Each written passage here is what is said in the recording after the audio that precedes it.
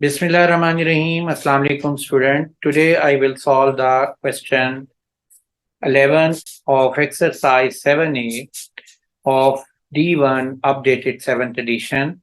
Before starting this question, I request you please subscribe my channel and press the bell icon button. Now let's start the question number 11. In this question, in a school of 1200 students, the ratio of the number of teachers to students is 1:15 after some teacher joined the school and the ratio of the number of teachers to students becomes 3:40. Find part A, the initial number of teachers in the school. In this question, there are 1200 students and the ratio of teacher to students given here, teacher ratio student. अब इस question 11 में teacher और students की ratio 1:15 है। ये value हमारे पास कैसे आई है? बेसिकली जो टोटल नंबर ऑफ टीचर्स और स्टूडेंट्स हैं उनको एक हाईएस्ट कॉमन फैक्टर वैल्यू से डिवाइड किया गया है, जिससे ये रेशो वैल्यू बनी है। अगर उसी हाईएस्ट कॉमन फैक्टर वैल्यू से हम मल्टीप्लाई कर दें तो ये टोटल नंबर ऑफ टीचर्स और टोटल नंबर ऑफ स्टूडेंट्स की वैल्यू आ जाएगी। अब हमें वो हाईएस्ट कॉमन फैक्टर वैल्यू जो है जिससे से डिवाइड करके ये रेशो बनी है वो हमें नहीं मालूम, हम उसको x सपोज कर लेते हैं। तो अगर मैं इसको 1 को x से मल्टीप्लाई कर लूं और 15 को भी x से मल्टीप्लाई कर लूं तो ये एक्चुअल वैल्यू आ जाएगी जो कि टीचर और स्टूडेंट्स की है। तो यहाँ हम इसको सपोज कर लेंगे कि let the number of teachers equal to x and total number of students equal to 15x। क्यों हम इसको x से मल्टीप्लाई करते हैं, इसको मैंने पिछले क्वेश्चन 6 और 7 में भी एक्सप्लेन किया था। यहाँ भी मैं एक एक्सप्लेन कर देता हूँ कि अगर हम सपोज कर लें कि हमारे पास एक्चुअल नंबर ऑफ टीचर्स जो हैं 10 और टोटल नंबर ऑफ स्टूडेंट 150 हैं, और अगर मैं इसकी हाईएस्ट कॉमन फैक्टर वैल्यू देखूं इन दोनों में तो वो 10 है। अगर मैं इसको 10 से डिवाइड करूं तो ये रेशो 1:15 आ जाती है। अगर मुझे ये वैल्यू दोबारा एक्चुअल वैल्यू चाहिए तो इसी HCF वैल्यू से जब मैं मल्टीप्लाई करता हूं तो ये आंसर आ जाता है।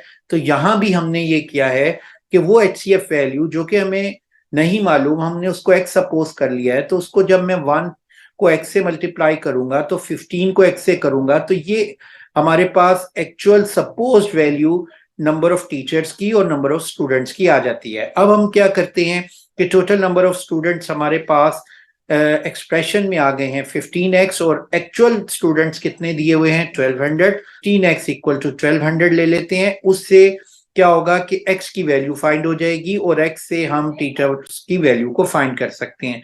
तो अब ये आ जाएगी x, यहाँ पर 15 मल्टीप्लाई हो रहा है x से, तो इसको हमने x को 1 बनाना है। तो क्या करेंगे, 15 से दोनों साइड पे डिवाइड कर देंगे। उससे क्या होगा कि यहाँ पर x रह जाएगा और ये 15 से जब डिवाइड करते हैं तो 15 टाइम 8 120 होता है, 5 टाइम 0 इज 0, तो 80 आ जाएगा। और 80 जो है x है और x नंबर ऑफ टीचर्स आ गए हैं। ये इसका फर्स्ट पार्ट है। अब क्वेश्चन 11 का बी पार्ट है the number of teacher who join the school. यहाँ पर नोट करें कि some teacher join the school in the ratio of the number of teacher to students become 340। तो इस क्वेश्चन को हम सॉल्व करते हैं, इसके सेकंड पार्ट को। तो बी पार्ट में इसने दिया हुआ है लेट कर लेते हैं y be the number of teachers join। तो हमारे पास टोटल टीचर्स जो आ चुके हैं वो 80 हैं। तो अगर y टीचर्स ज्वाइन करें तो कितने टीचर्स हो जाएंगे, y प्लस 80। तो यहां हम लिख लेते हैं टीचर्स y प्लस 80 और स्टूडेंट्स हमारे पास कितने दिए हुए थे। यहां पर देखें कि जो स्टूडेंट्स दिए हुए थे वो 1200 हैं।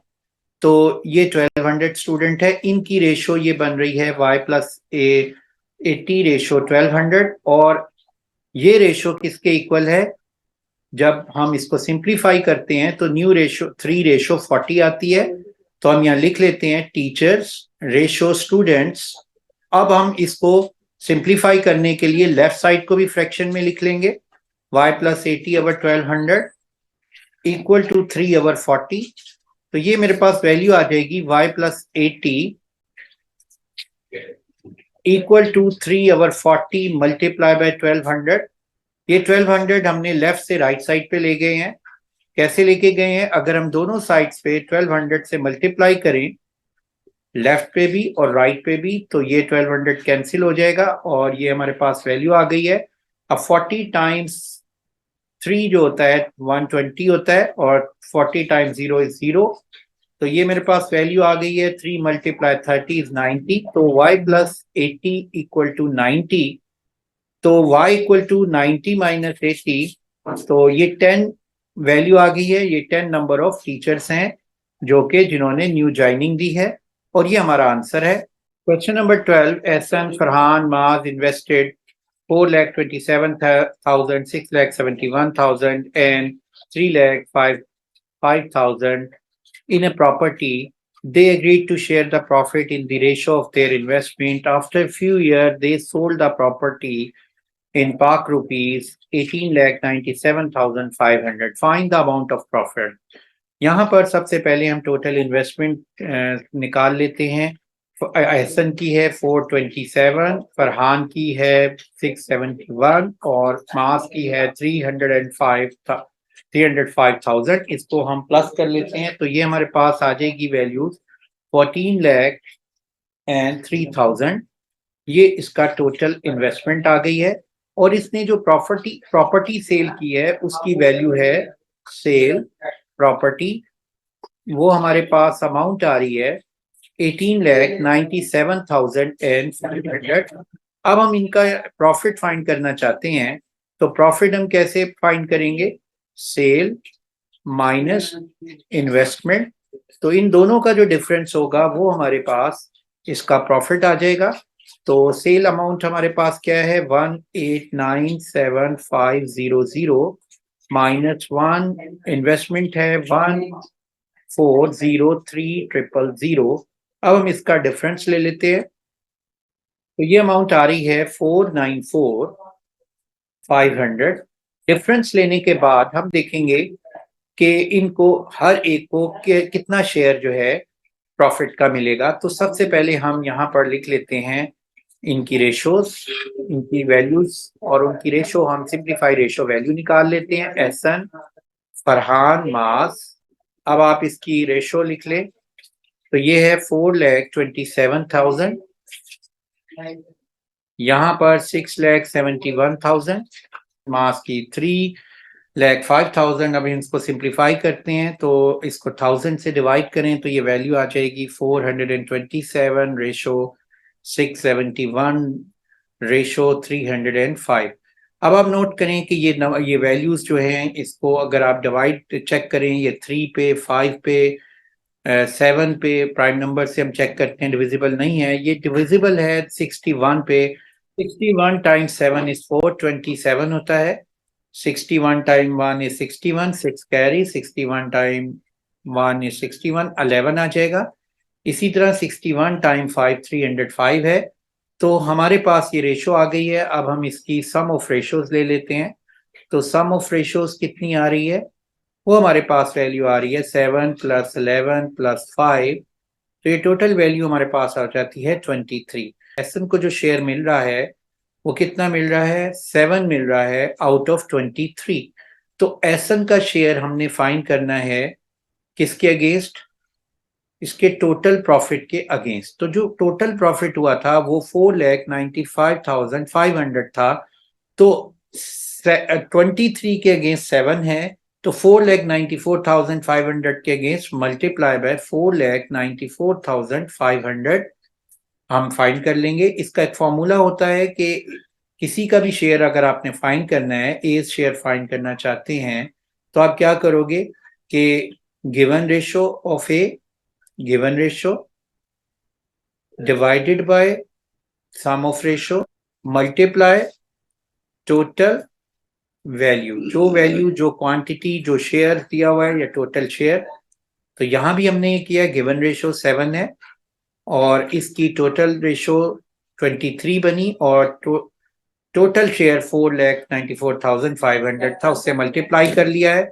अब हम इसका भी एहसन का बाद हम फरहान का शेयर ले लेते हैं तो फरहान शेयर क्या आएगा? इसको भी इसी तरह ले लेंगे कि इसका शेयर बनेगा, गिवन रेशो कितनी है 11, टोटल रेशो कितनी दी हुई है 23, किसके अगेंस्ट फाइंड करनी है हमने 4,94,500 के। मास का शेयर भी हम थर्ड का शेयर भी इसी तरह ले लेते हैं, तो ये वैल्यू आ जाएगी 5/23 मल्टीप्लाई 4,94,500। अब हम इसको सिंप्लीफाई कर लेते हैं, इसको 23 से डिवाइड करते हैं 4,94,500 को, तो 23 टाइम 2 46, 9 माइनस 6 3 और 4 एज इट इज लिख लेंगे। 23 टाइम 1 इज 23 और इसका डिफरेंस लेंगे 1, 4 माइनस 3 1, 3 माइनस 2 इज 1 और 5 एज इट इज लिख लेंगे। 23 टाइम 5 इज 115 और यहाँ पर हमारे पास नीचे यहाँ पर वैल्यू आ जाएगी ये 0, तो 23 टाइम 0 इज 0, फिर ये नेक्स्ट 0 आ जाएगा, ये भी 23 टाइम 0 इज 0, तो हमारे पास जो वैल्यू आएगी वो आ जाएगी 215,000। इसको अब हम 7 से मल्टीप्लाई कर देते हैं, एसन शेयर दैट इज 150,500। 11 इसी तरह इसको डिवाइड करेंगे, 23 टाइम 1 इज 23, 23 टाइम 215,000, तो ये हमारे पास वैल्यू आ जाएगी, this value is 236,500। 23 time 1 is 23, 23 time 215,000 is 494,500। अब आप इस मल्टीप्लाई कर लेंगे 5 से तो 10,500 और ये हमारे पास एक्चुअल शेयर आ गए इनके। And these are the share of Hassan, Farhan and Maas, and we have to find the amount of profit each received. Now these are the profit they receive and this is the answer. The question 13 here is find the number that must be added to 3 and 8 so that the ratio of the first number to the second becomes 2:3। इस question में हम सबसे पहले suppose कर लेंगे कि let x be the number to be added. The first number become, here is 3, then x is added, this become x plus 3, and second number becomes x plus 8, and the ratio first to second number, ratio of first number, ratio second number, here is x plus 3, ratio x plus 8, and that is equal to 2:3. The first number ratio second 2:3. Therefore, we can write it as x plus 3 our x plus 8 equal to 2/3. अब हम इसको simplify करने के लिए cross multiply करेंगे, इसको हम 3 से मल्टीप्लाई कर देंगे और इसको हम 2 से मल्टीप्लाई कर देंगे x plus 8 को, तो ये हमारे पास एक वे है इसको किसी भी फ्रैक्शन फॉर्म में इक्वेशन को सॉल्व करने का। अब हम इसको सिंप्लीफाई करते हैं, 3x plus 9 equal to 2x plus 16, 3x से मल्टीप्लाई हुआ है, फिर 3 से और उसके बाद 2x से और फिर 2 से। अब हम इसको सिंप्लीफाई करेंगे तो x को हम एक तरफ ले आते हैं, राइट से लेफ्ट पे आ जाएगा x, यहाँ पर प्लस हो रहा है इधर आके माइनस हो जाएगा और ये 16 एज इट इज लिखेंगे, इधर प्लस हो रहा है तो राइट साइड लेफ्ट से राइट पे आएगा तो माइनस हो जाएगा। तो हमारे पास जो x की वैल्यू आ जाएगी 16 माइनस 9 7 आ गई है, तो हमने वो नंबर फाइंड करना था जो इसमें ऐड हुआ है, this is the number 7 and this is the answer. Question 14 is sum of money is divided Hassan, Salman and Saad in ratio 5:6:9. Hassan gives 50 rupees to his mother. The ratio becomes 3:4:6 and the amount of money Hassan has after giving 50 rupees to his mother. अब आप note करें कि यहाँ पर जो ratio दी गई है वो हसन की और सलमान की और साद की जो रेशोज हैं ये एहसन सलमान की रेशोज आ गई हैं। अब हम इनकी सपोज्ड वैल्यू फाइंड करना चाहते हैं कि एहसन की क्या वैल्यू हो सकती है। तो वो एहसन की जो वैल्यू होगी वो उसको हम इस रेशो शेयर को यूज करते हुए लिखेंगे। वो हम सपोज कर लेते हैं 5x 6x और 9x होगी। इसकी रीजन मैंने ये बताई थी कि हमारे पास जो एक्चुअल वैल्यू होती है उसको जब हम किसी कांस्टेंट वैल्यू यानी एचसीएफ से जब डिवाइड करते हैं तो ये रेशो वैल्यू आ जाती है 5 6 रेशो 9। हमें नहीं मालूम कि वो कांस्टेंट वैल्यू जिससे इनकी इन शेयर्स की एक्चुअल वैल्यू को डिवाइड किया गया था यानी वो एचसीएफ जो था वो क्या था, उसको हमने एक्स सपोज किया होता है। उसको हम यूज करते हुए इन वैल्यूज इनकी सपोज वैल्यू फाइंड कर सकते हैं। जब हम इस एक्स से मल्टीप्लाई करेंगे 5 को तो हमारे पास एहसन का सपोज शेयर आ जाएगा, इसी तरह सलमान का और साद का। तो आप हमेशा ये जहन में रखें कि जब भी आपने इनकी वैल्यू लेट करनी है तो आपने इनके जो शेयर रेशो वैल्यूज है उनको यूज करते हुए आपने वैल्यू लिखनी है। अब एहसन ने 50 रुपीज अपनी मदर को जब दे देगा तो ये वैल्यू कितनी रह जाएगी, 50x-50। और ये सलमान की यही रेशो रहेगी 6x और 9x। तो बिफोर जो वैल्यूज आ रही वो ये आ रही हैं और अब आफ्टर वैल्यूज हमारे पास जो आ रही हैं वो 5x-50 6x और 9x है। अब हमारे पास जो एक्चुअल वैल्यूज हैं एहसन की है 5x-50 और एस दूसरी वैल्यू हमारे पास है 6x। इसकी जो रेशो होगी सलमान की 6x है तो हम इसमें रेशो ले लेंगे, वो किसके इक्वल आएगी, 3:4। यहाँ पर देखें ये एहसन की पहली वैल्यू एहसन की रेशो को शो करती है और दूसरी वैल्यू सलमान के शेयर्स को शो कर रही है। तो ये आ गई 3:4। तो हम इसको लिख सकते हैं 5x-50 our 6x equal to 3/4। अब हम इसको सिंप्लीफाई कर लेते हैं तो ये हमारे पास, इसको क्रॉस मल्टीप्लाई करते हैं तो इसको हम 4 से करेंगे, ये 4 से मल्टीप्लाई हो जाएगा 5x-50 और ये वैल्यू 3 से मल्टीप्लाई हो जाएगी तो ये वैल्यू आ गई है 20x-200 इक्वल टू 18x। अब आप देखें कि हमने x को राइट से लेफ्ट पे ले आएंगे, ये हो जाएगा 20x-18x -200 इक्वल टू 0। अब हमारे पास ये वैल्यू आ जाएगी 2x equal to -200 equal to 0। तो 2x इक्वल टू 200, हमने 200 लेफ्ट से राइट पे आ जाएगा तो x इक्वल हो जाएगा 200 डिवाइडेड बाय 2 तो 100 आ जाएगा। इसकी वैल्यू आ गई है और ये अमाउंट थी कि find the amount that Ahsan है आफ्टर गिविंग 50 रुपीज। तो एहसन का शेयर कितना है आफ्टर 50 रुपीज, 5x-50। तो हम इसको लिख सकते हैं यहाँ पे कि after giving mother the value is equal to, after giving 50 rupees to mother, the SN amount 5x-50, 5 multiply 100 minus 50। तो ये वैल्यू आ गई है 500 माइनस 50। तो 450 जो है एसन की अमाउंट होगी 50 रुपीज देने के बाद। Question number 15, given that x ratio y equal to 3:4 and y ratio z equal to 5:8, find the value of 2y over 3x minus y plus 2z।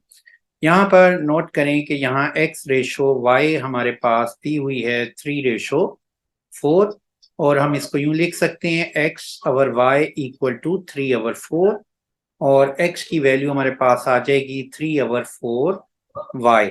और इसी तरह यहाँ दूसरी रेशो y रेशो z दी हुई है, वो है 5/8 और ये y ओवर z आ जाएगा हमारे पास 5/8। और ये वैल्यू आप नोट करें, यहाँ x in terms of y है तो अब हमने यहाँ पर y अगर लेंगे तो वो इन टर्म्स ऑफ z बनेगा, लेकिन अगर मैं z की वैल्यू फाइंड कर लूँ, इसको क्रॉस मल्टीप्लाई कर दिया है तो यहाँ पर ये आ जाएगी value 8y equal to 5z तो z की वैल्यू आ जाएगी मेरे पास 8/5y, यहाँ पर मल्टीप्लाई हो रहा है 5, इधर आके क्या हो जाएगा डिवाइड, तो z क्या आ जाएगा 8/5y। अब देखें ये भी इन टर्म्स ऑफ y लिख लिया x भी और z भी, तो इसमें y को y रहने देंगे, x भी इन टर्म्स ऑफ y हो जाएगा और z भी इन टर्म्स ऑफ y हो जाएगा, तो ये हमारे पास सिंप्लीफाई हो जाएगी इक्वेशन। तो हम इसको सिंप्लीफाई कर लेते हैं। तो यहाँ पर देखें 2y over 3x minus y plus 2z, तो वैल्यूज हमारे पास गिवन, y की वैल्यू हम एज इट इज रहने देते हैं 2y, और x की वैल्यू आ जाएगी 3 इंटू एक्स की जगह हम लिख लेंगे 3/4y minus y plus 2z की वैल्यू आ जाएगी 8/5y। अब आप नोट करें कि यहाँ पर y कॉमन ले लेते हैं, तो ये हो गया 2 और यहाँ भी y कॉमन ले लिया, ये आ गया 9/4 माइनस, ये देखें 3 3 9, 9/4 माइनस y की जगह हम यहाँ लिख लेंगे 1 प्लस 16/5। अब हम इसको y से कैंसिल हो जाएगा, तो ये वैल्यू आ जाएगी 2 इस वैल्यू को, इसको हम सिंप्लीफाई कर लेते हैं 9/4 माइनस 1 प्लस 16, तो ये क्या वैल्यू बनती है इसको हम देख लेते हैं यहाँ पर। तो ये वैल्यू हमारे पास आ रही है, इसको मैं यहाँ सिंप्लीफाई कर रहा हूँ, ये 20 आ गया इसका एलसीएम। तो 4 टाइम 5 इज 20, तो 5 से हमने दोनों को मल्टीप्लाई करेंगे तो फिर ये 20 बना है डिनोमिनेटर, तो ये 5 टाइम, तो हम ऊपर भी इसको मल्टीप्लाई कर देंगे, तो 5 टाइम 9 इज 45, और ये 20 से मल्टीप्लाई हो जाएगा ऊपर न्यूमिनेटर में भी और डिनोमिनेटर में भी, ये -20। 5 टाइम 4 इज 20, 4 से इस फ्रैक्शन को मल्टीप्लाई कर देंगे, 16 टाइम 4 इज 64, तो ये मेरे पास वैल्यू आ गई है 25, 45 माइनस 20 इज 25 प्लस 64/20, और ये वैल्यू आ जाएगी 89/20। तो यहाँ हम वैल्यू लिख देंगे 89/20, तो ये वैल्यू बन जाएगी मेरे पास 2 डिवाइडेड बाय 89/20, तो ये वैल्यू आ जाएगी 2 मल्टीप्लाई 20/89, क्योंकि ये वैल्यू एक इन्वर्स हो जाती है जब हम डिवाइड में से मल्टीप्लाई में कन्वर्ट करते हैं। तो ये वैल्यू आ गई 40/89, ये आंसर आ गया है हमारे पास।